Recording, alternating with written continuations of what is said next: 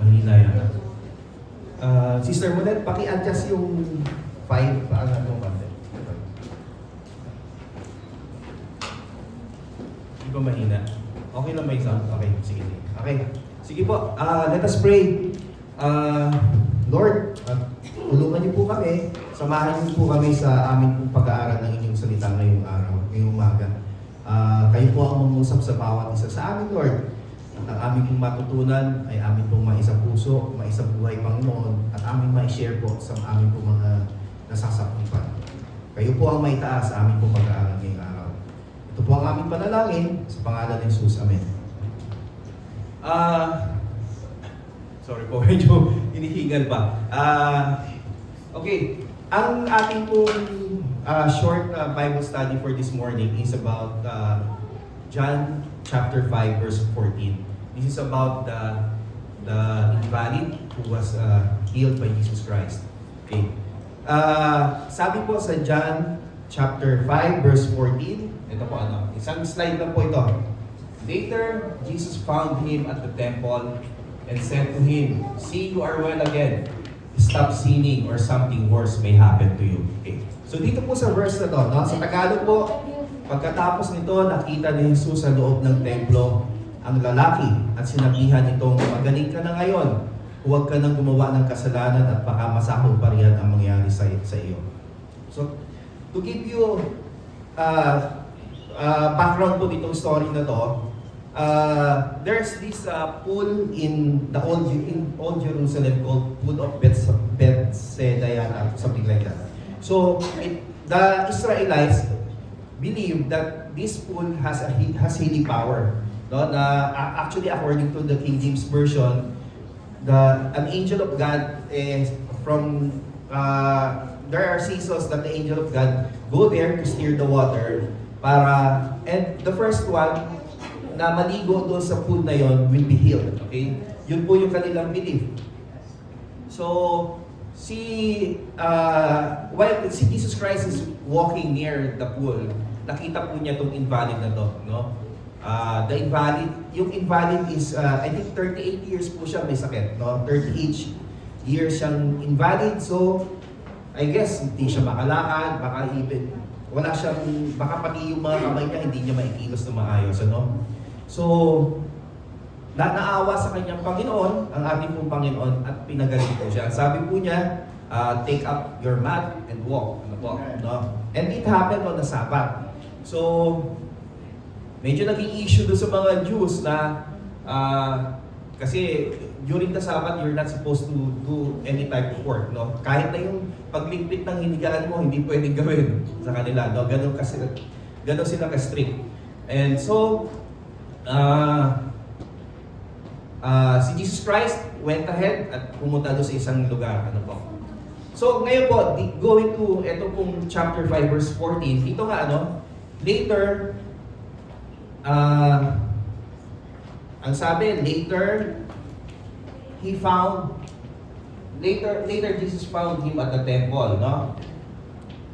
Ito po, medyo I highlighted po dito yung word na temple, no? So, I feel kasi na temple here is very significant, no? And I believe that the Bible uses words not just by chance, no? Talagang it's there to drive a point. And the point there is he wants to talk to all of us, no? He wants this message to resonate to all of us because this building, this is the temple of God. Hindi po ba? We're using it for His ministry. So, lahat po tayo, I believe, we are spiritually healed. Ano po?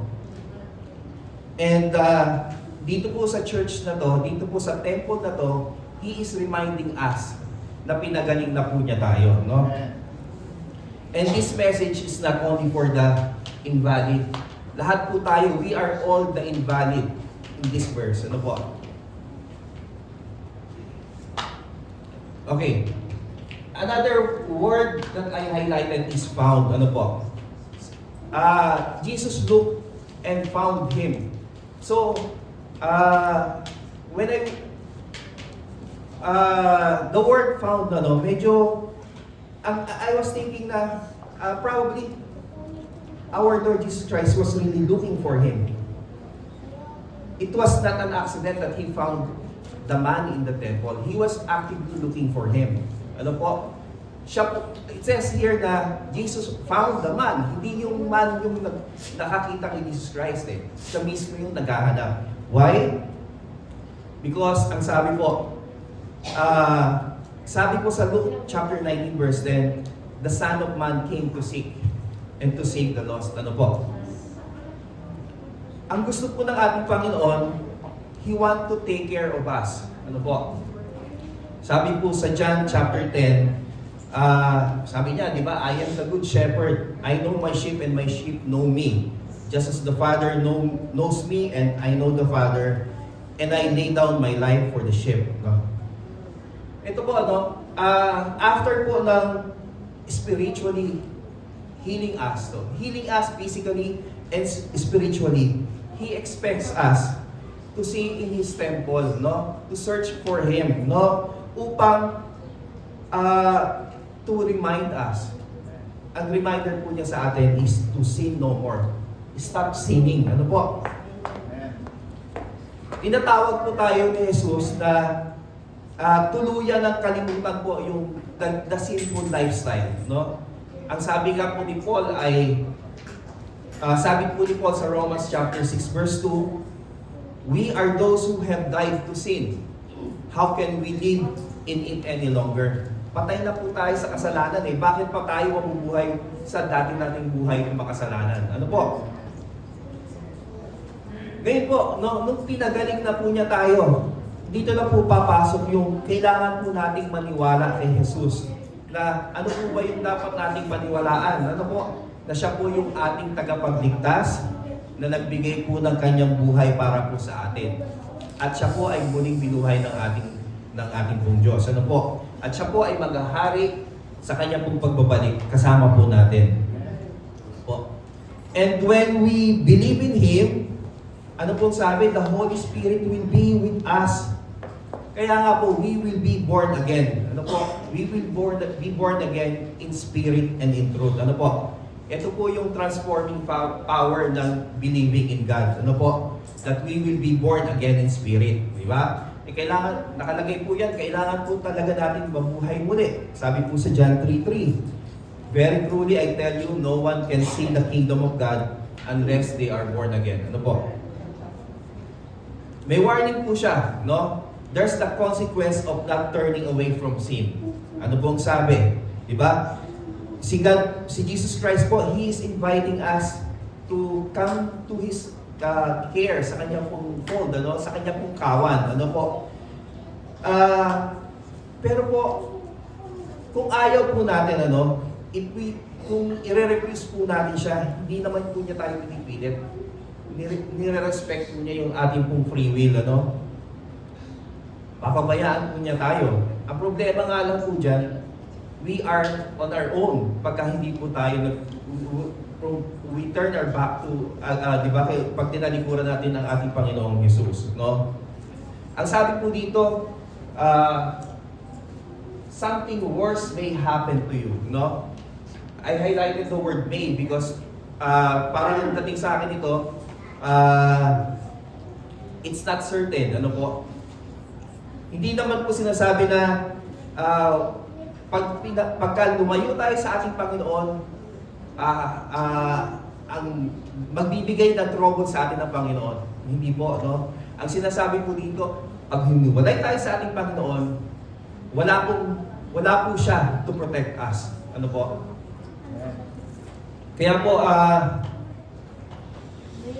napakahalaga po, no? Na pumasok tayo sa kanyang kawan, no? Sapagkat hindi po niya tayo papabayaan pagka naandoon po tayo. Alam naman po natin yung story ng prodigal son, ano po, na he was living a good life, kaya lang he decided to get his inheritance, spend it, tapos po, later to find out na he's in big trouble, di ba? Na wala na puro problema na ang nangyayari sa kanya. Buti na lang, he was still accepted by his father, no? So, ito po, no, yan po yung aking pong short na pagtuturo natin. Dito lang po naman umiikot sa John 5:14. And to sum it up po, no, si Jesus Christ po, He took the initiative to heal us. Even po when we were not actively searching for Him. Nung hindi pa natin po siya kilala, He healed us. Ngayon po, after healing us, He wants us to come to Him so that He will be our good shepherd. Ano po? And He wants us to repent from our sin and live a transformed life. Ano po? And He warned us na there's a consequence that will befall us if we will not follow Him, or if we will not heed His call. Kaya po, this verse wants to tell us that we should be wise to choose the right from wrong, the light from darkness, ano po, and most especially po, no, yung eternal joy against po yung eternal damnation. No? Kaya po, I know, lahat po tayo, we will always choose Jesus Christ. No?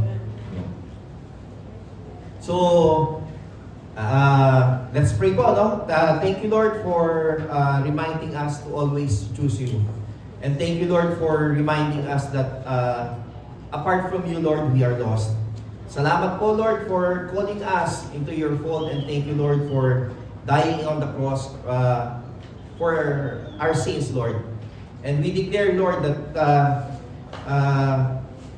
in You, Jesus Christ, that You are our Lord, and that God raised You from the dead. And I claim, Lord, that on this day, You have affirmed that we are saved and we will be with You in eternity, Lord. This is our prayer, Lord. In Jesus' name, amen. Amen.